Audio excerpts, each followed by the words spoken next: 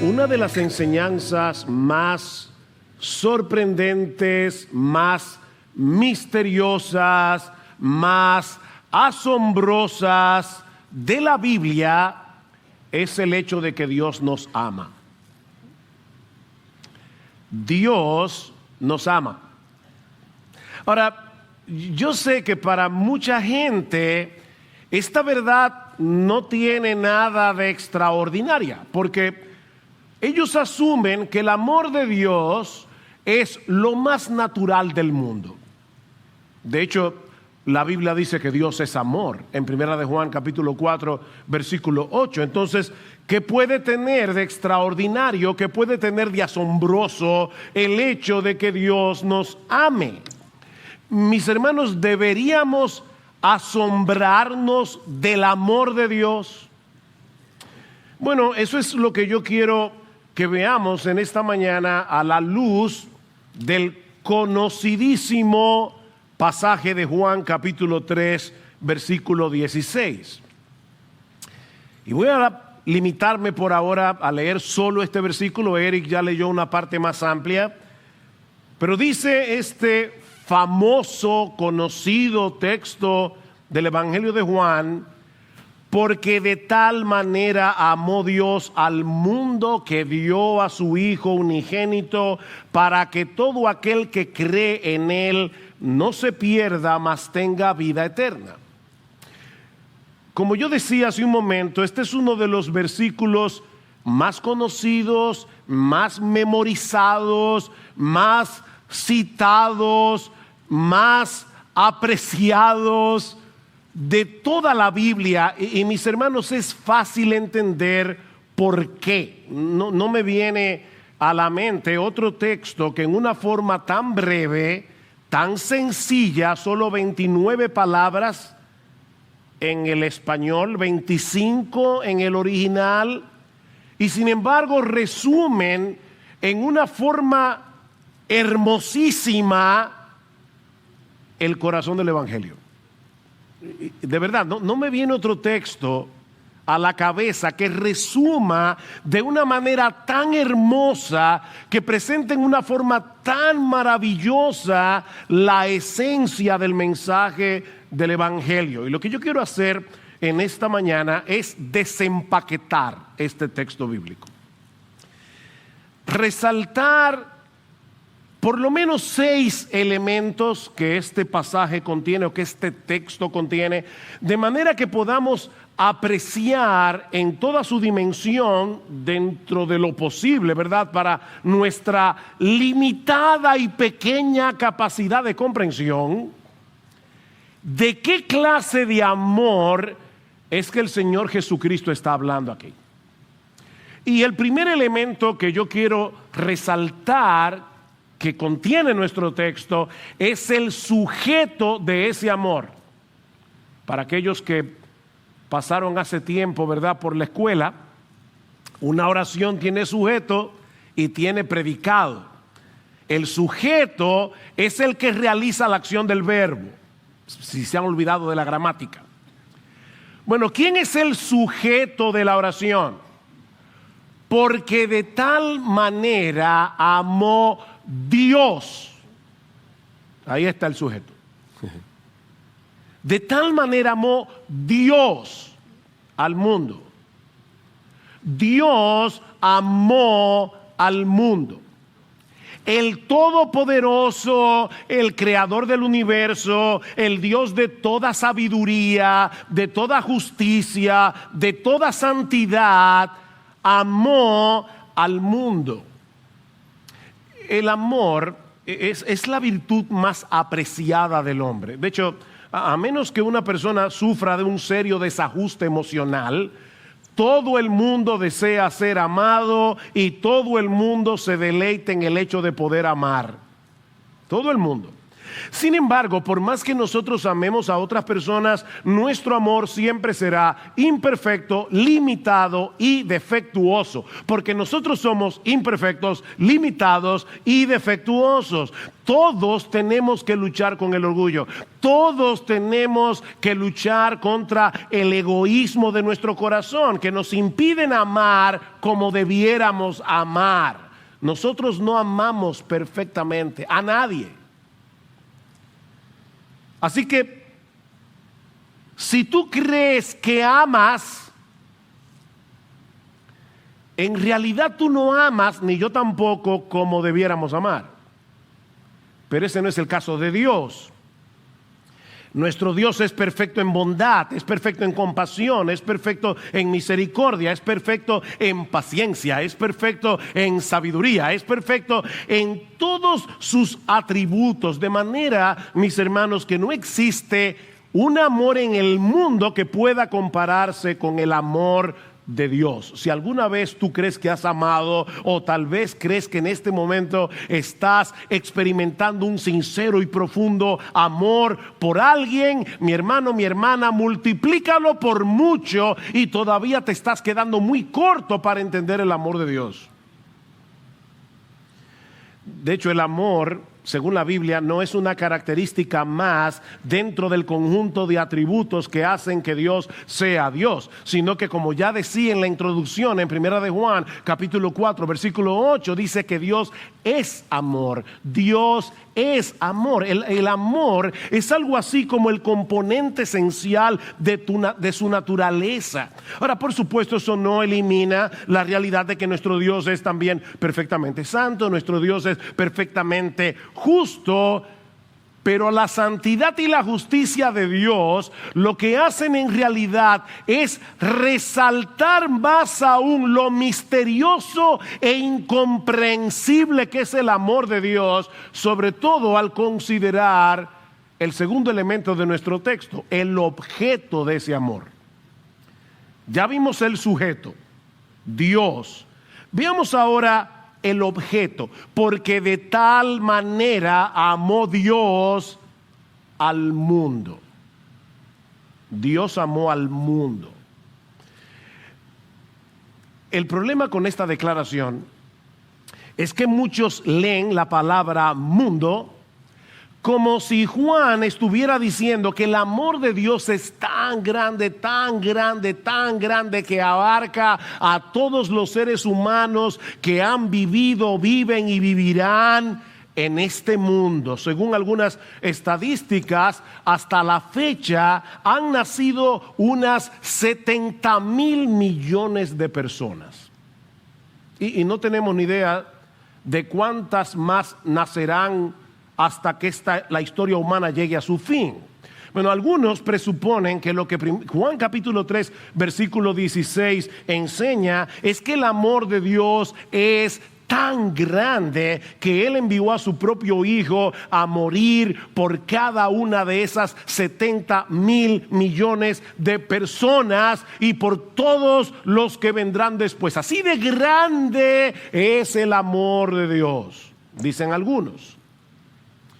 Ahora, aunque parezca sorprendente que Dios pueda amar a tanta gente a la vez, yo no pienso que esa sea la medida que Jesús está usando aquí para mostrarnos la grandeza del amor de Dios. Mis hermanos, no olvidemos quién es ese Dios que amó de tal manera al mundo. Nuestro Dios no tiene límites de ningún tipo en ninguna de sus capacidades. Así que medir la grandeza del amor de Dios a la luz de la cantidad de personas que pueblan nuestro planeta sería como medir la capacidad de un levantador de pesas olímpico poniéndole el reto de levantar un grano de arroz. Eso sería ridículo, porque él puede levantar eso y mucho más. Bueno, lo mismo podemos decir del amor de Dios. Tan sorprendente es que Dios ame a un solo ser humano, a uno solo, a que ame a 10,000 millones o millones. No es No es en número, no es por la cantidad de gente que nosotros debemos medir el amor de Dios. De hecho, mis hermanos, si interpretamos la palabra mundo de esa manera, aquellos que lo interpretan así sin darse cuenta, y estoy seguro que sin quererlo, más bien están empequeñeciendo y están limitando el amor de Dios. Y déjeme explicar a qué yo me refiero. ¿Todas las personas se salvan? Es una pregunta. ¿Todos los seres humanos se salvan? No.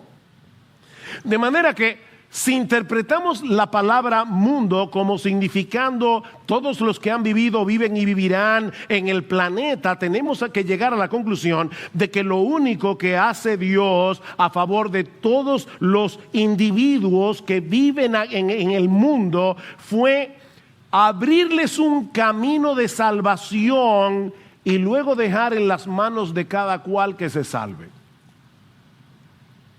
Porque no todos se salvan. Es como si el texto dijera, para poder explicarme mejor, Dios amó de tal manera a todos y cada uno de los seres humanos que han vivido, viven y vivirán en este mundo, que dio a su Hijo unigénito para hacer posible que cualquiera de ellos pueda salvarse, pero sin asegurar la salvación de nadie. Eso es lo que significaría el texto. Viéndolo de ese modo, el amor de Dios no sería lo suficientemente grande como para asegurar la salvación de ningún ser humano en particular. Pero mis hermanos, es imposible que interpretemos el texto de esta manera. Noten que esta declaración está en el contexto de la conversación que Jesús tuvo con Nicodemo. Es por eso que Juan 3:16 comienza con un porque. Ese porque conecta lo que el Señor va a decir ahora con lo que había venido diciendo antes. Y una de las cosas que le dice Jesús a Nicodemo en el versículo 8, hablando del nuevo nacimiento, sin el cual nadie puede ser salvo, es que el Espíritu Santo obra ese nuevo nacimiento de una forma soberana en los que Él quiere. ¿Qué dice Juan 3:8? El viento sopla donde quiere y oyes su sonido, pero no sabes de dónde viene ni a dónde va. Así es todo aquel que es nacido del Espíritu. Nuestro Dios es soberano al producir el nuevo nacimiento en aquellos en los que Él quiere. Él es soberano. El Espíritu Santo hace eso soberanamente. Así que, mis hermanos, si la decisión final de aceptar a Jesús estuviera en nuestras manos, nadie sería salvo. Nadie.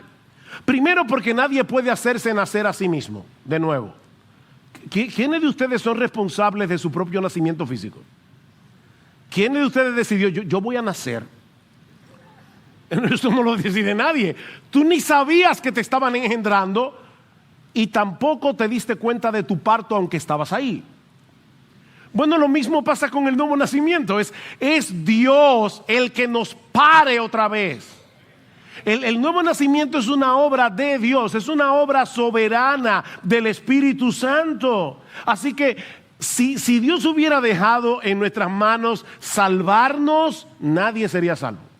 Porque nadie puede entrar en el reino de los cielos sin nacer de nuevo, y nadie puede nacerse de nuevo a sí mismo.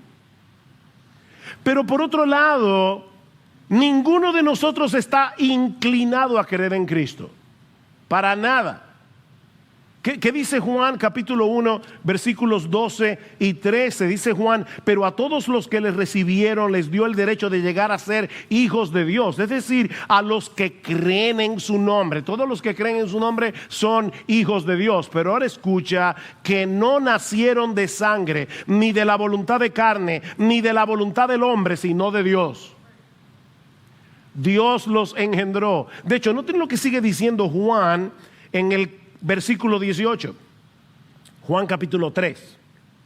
El que cree en Él no es condenado, pero el que no cree ya ha sido condenado porque no ha creído en el nombre del unigénito Hijo de Dios. Y este es el juicio, que la luz vino al mundo y los hombres amaron más las tinieblas que la luz, pues sus acciones eran malas. Porque todo el que hace lo malo odia la luz y no viene a la luz. Déjenme hacerles una pregunta, hermanos. ¿Cuántos seres humanos del planeta hacen lo malo?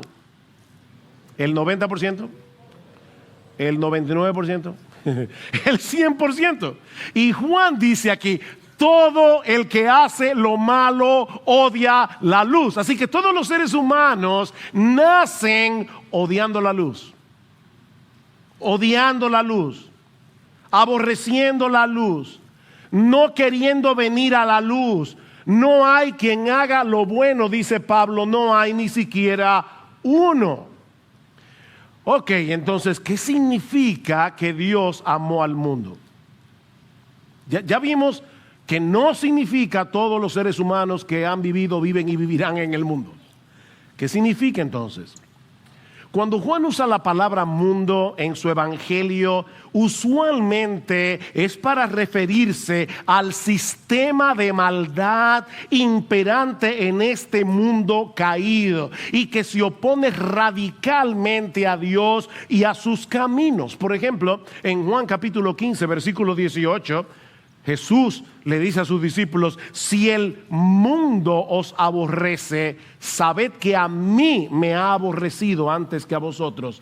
El mundo del que Juan está hablando aquí es un mundo que aborrece a Jesús. Y es por eso que aborrece a los que son de Jesús. De manera que la palabra mundo en Juan 3:16 señala a una humanidad caída que aborrece a Dios, que ama su pecado, y precisamente por eso es tan sorprendente que Dios haya decidido amar ese mundo.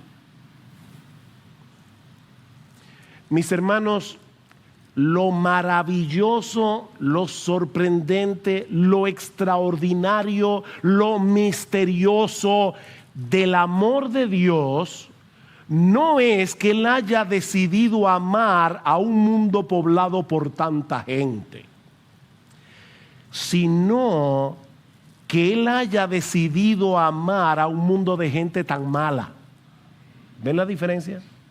O sea, el asunto no es cuánta gente hay en este mundo, no, es cuán malas son o cuán malos somos los que poblamos este mundo.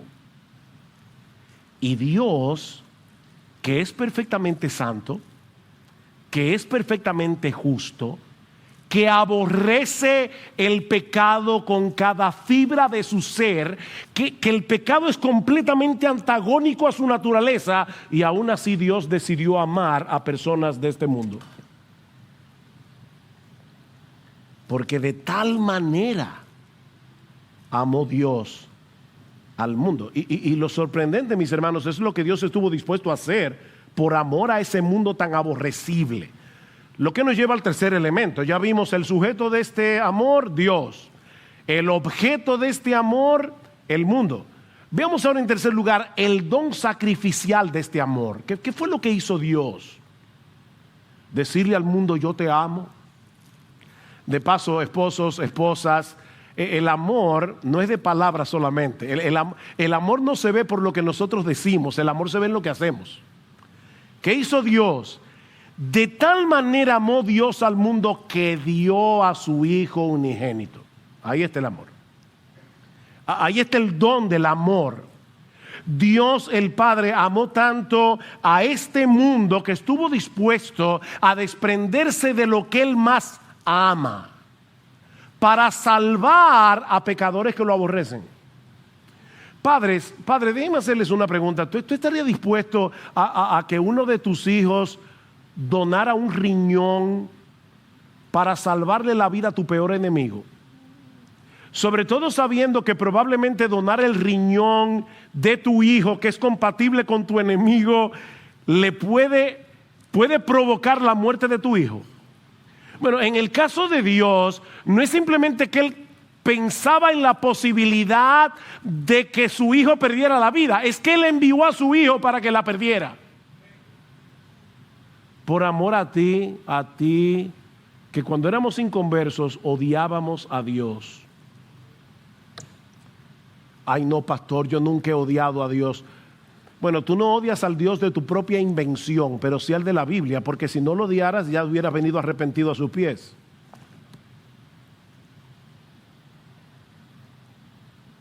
Noten, hermanos, el flujo de pensamiento de Juan 3.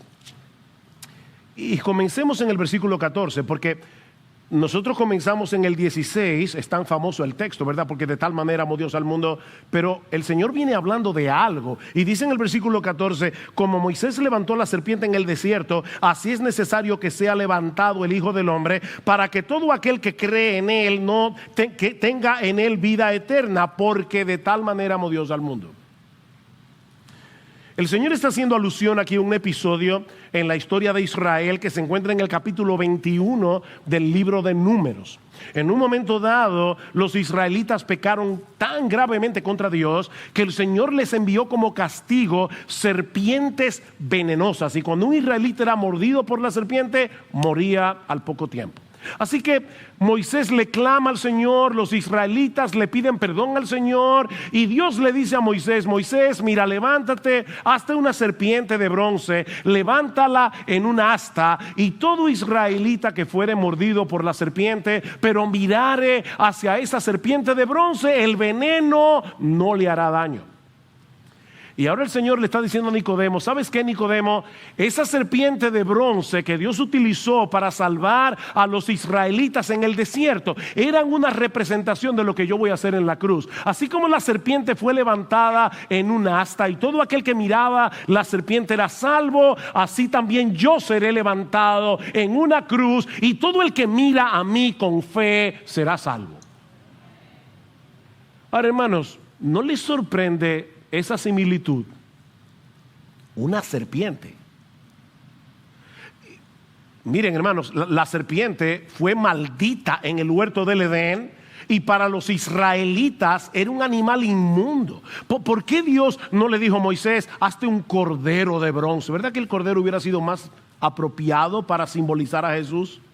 Hazte un cordero de bronce y todo el que mirare al cordero será salvo. No, una serpiente.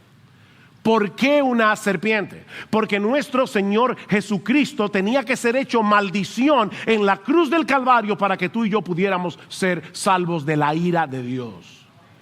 Tenía que ser una serpiente.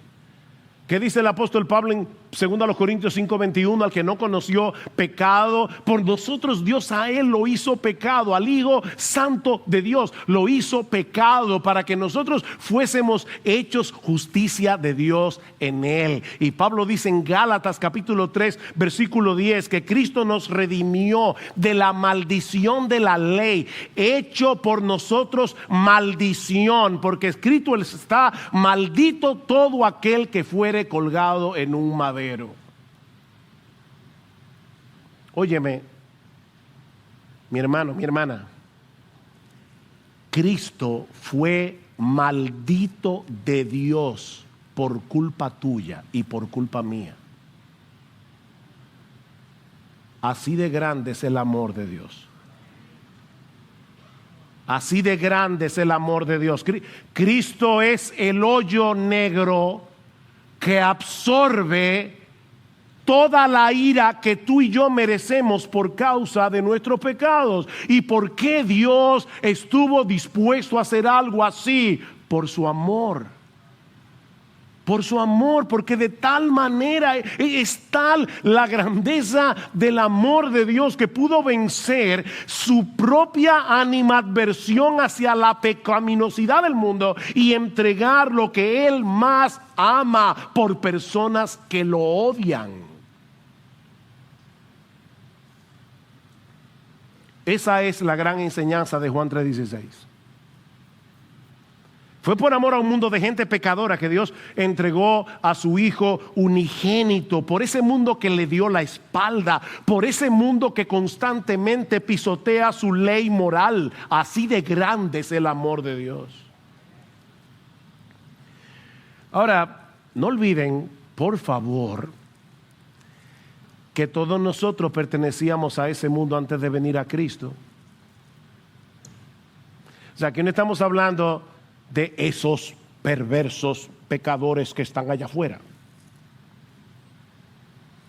¿Qué le dice el Señor a sus discípulos en Juan capítulo 15? Si fuerais del mundo, el mundo amaría lo suyo, pero porque no sois del mundo, antes yo os elegí del mundo, por eso el mundo os aborrece. Ustedes también pertenecían al mundo, le dice Jesús a sus discípulos. La única razón por la que ustedes ahora no pertenecen a ese sistema de maldad es porque yo soberanamente, antes de la fundación del mundo, los elegí del mundo para que sean míos.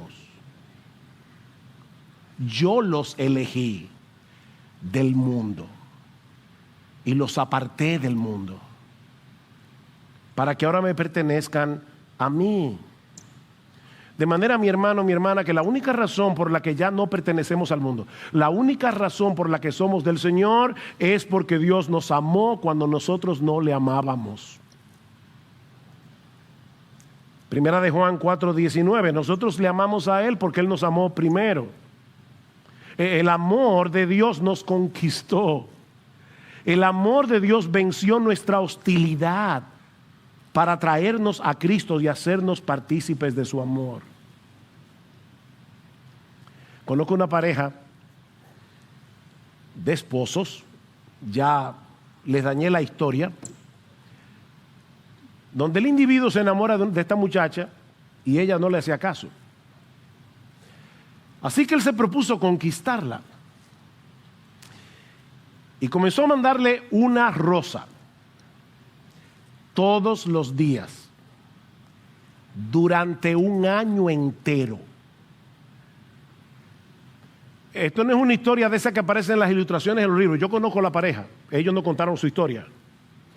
Una rosa todos los días, por un año entero, y ella sin hacerle caso. ¿Saben lo que hizo él? Decidió dejar de mandarle la rosa. Y entonces ella comenzó a preguntar: ¿qué es lo que está pasando? Y así la conquistó. Mis hermanos, lo que estamos diciendo aquí no es que Dios nos envió una rosa todos los días para conquistar nuestro corazón. No, no, no, no, no. Es que Dios envió a su Hijo, que se hizo hombre y murió en la cruz del Calvario para perdonar todos nuestros pecados. Y no contento con eso, después envió a su Espíritu Santo para que cambiara tu corazón de piedra en un corazón de carne y así poderte atraer con cuerdas de amor a la cruz del Calvario. Así de grande es el amor de Dios. Así de grande. Comenzamos a entender por qué es que dice: de tal manera amó Dios al mundo.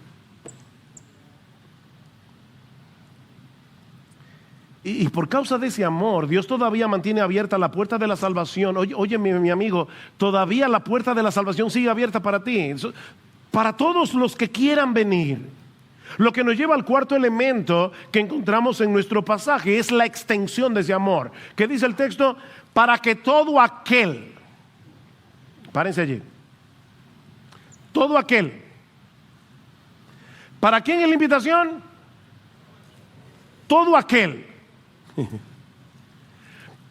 Sin importar su condición social, sin importar su condición económica, educativa, su raza, el color de su piel, los años que tenga, ni siquiera el tipo de vida que haya vivido hasta ahora. No importa. Todo aquel incluye a todo aquel que venga. El amor de Dios vence todas las barreras, el amor de Dios vence todos los prejuicios, el amor de Dios no discrimina como nosotros discriminamos. Cualquiera que venga será recibido. No importa lo que hayas hecho, no importa lo que hayas pensado y dicho contra Dios, no importa cuántas veces hayas blasfemado su nombre, no importa cuántas veces hayas rechazado el Evangelio. Cristo dice en Juan capítulo 6, versículo 37, que ninguno que venga a Él clamando por misericordia será echado fuera. Ninguno. todo aquel. Mi amigo, Dios no pone ningún tipo de condición excepto la que se señala en el pasaje. Y eso nos lleva al quinto elemento de nuestro texto, el modo de apropiarnos de ese amor. Todo aquel que cree en Él. Todo aquel que cree en Él. Es un llamado universal y al mismo tiempo exclusivo. Nadie podrá disfrutar del amor redentor de Dios a menos que crea en su Hijo. No existe ninguna otra condición, pero sin esa condición nadie puede ser salvo. Es una sola condición, pero el que no la cumple no será salvo. Y noten que no se trata meramente de tener fe. Mi amigo, la fe en sí misma es absolutamente inútil. No sirve de nada cuando no está puesta en el objeto correcto.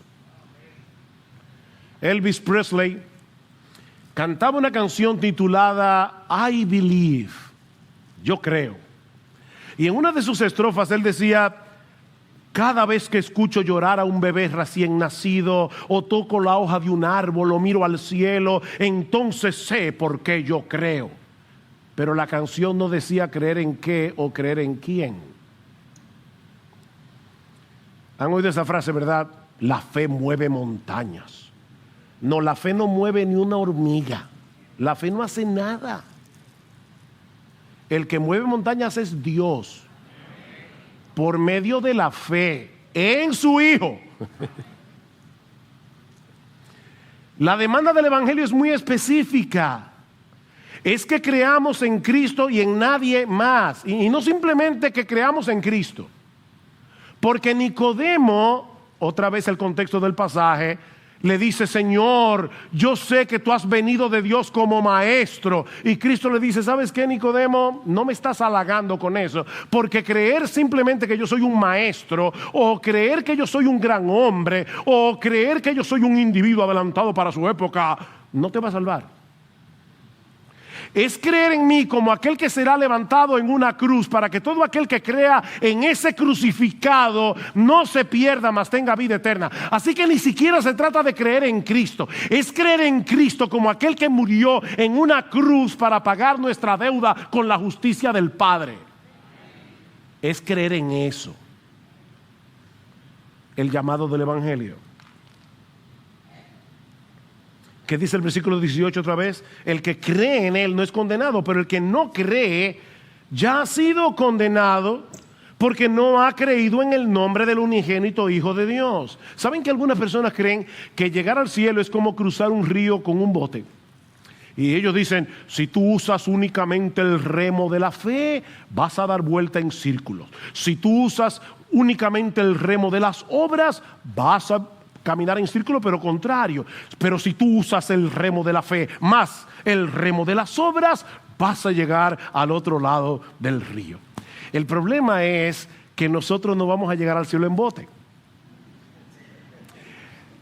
Nosotros vamos a llegar al cielo en Cristo. Vean otra vez el versículo 15. Para que todo aquel que cree tenga en Él, eso es importante, vida eterna, en Él. No vas a llegar al cielo en bote, vas a llegar al cielo en Cristo. Por medio de la fe. Yo soy el camino y la verdad y la vida. Dice el Señor en Juan 14:6, nadie viene al Padre sino por mí. Él es el único camino. Mi amigo, todas las otras vías inventadas por los hombres te llevan hacia un destino equivocado. No importa lo sincero que seas en tu creencia. Dice en la Escritura hay camino que al hombre le parece derecho, pero su fin es camino de muerte. Si te tomas un negro eterno creyendo que es jugo de naranja, te vas a morir igualito.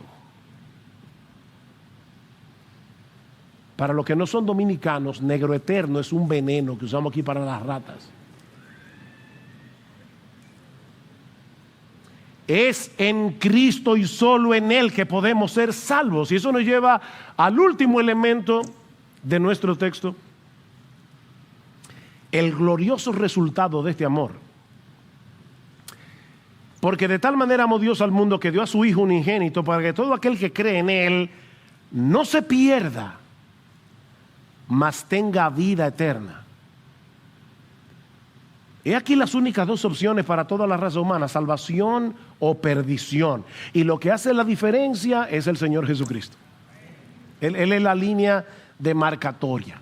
Los creyentes no tendremos que enfrentar el veredicto de condenación en el tribunal de Dios, porque hemos confiado en aquel que pagó nuestra deuda con la justicia divina en la cruz del Calvario. Pero ¿saben qué? Los que rehúsan creer, los que permanecen en su incredulidad, no podrán escapar de este terrible destino. ¿Saben por qué? Porque el veredicto ya fue emitido en el tribunal.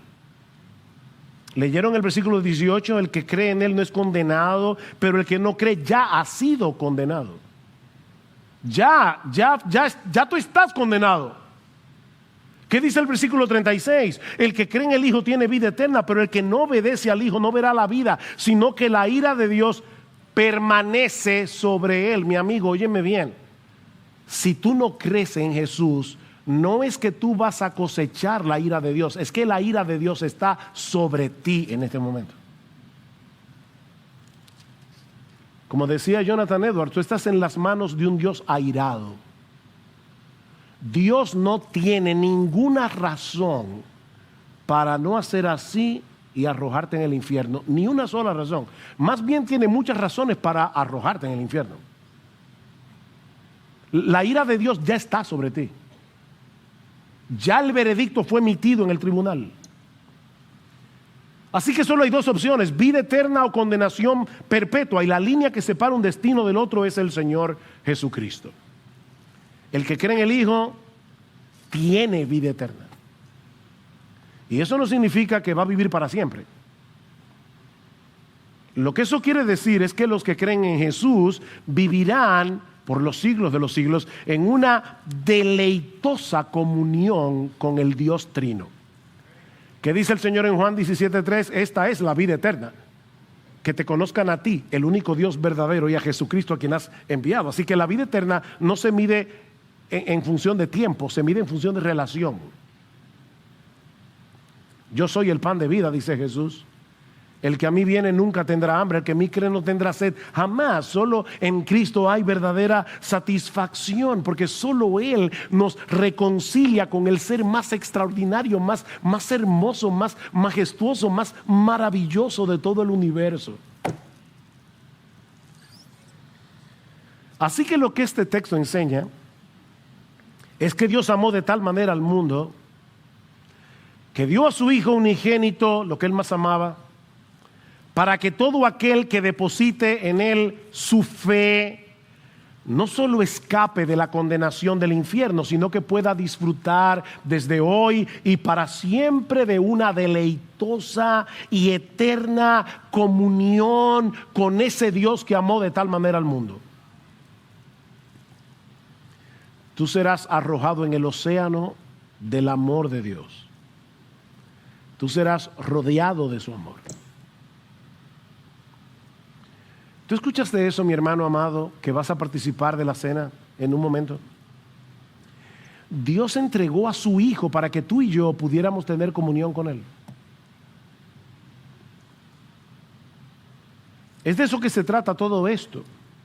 Dios estuvo dispuesto a dar lo más valioso que Él tenía para que nosotros pudiéramos tener una deleitosa y permanente comunión con Él.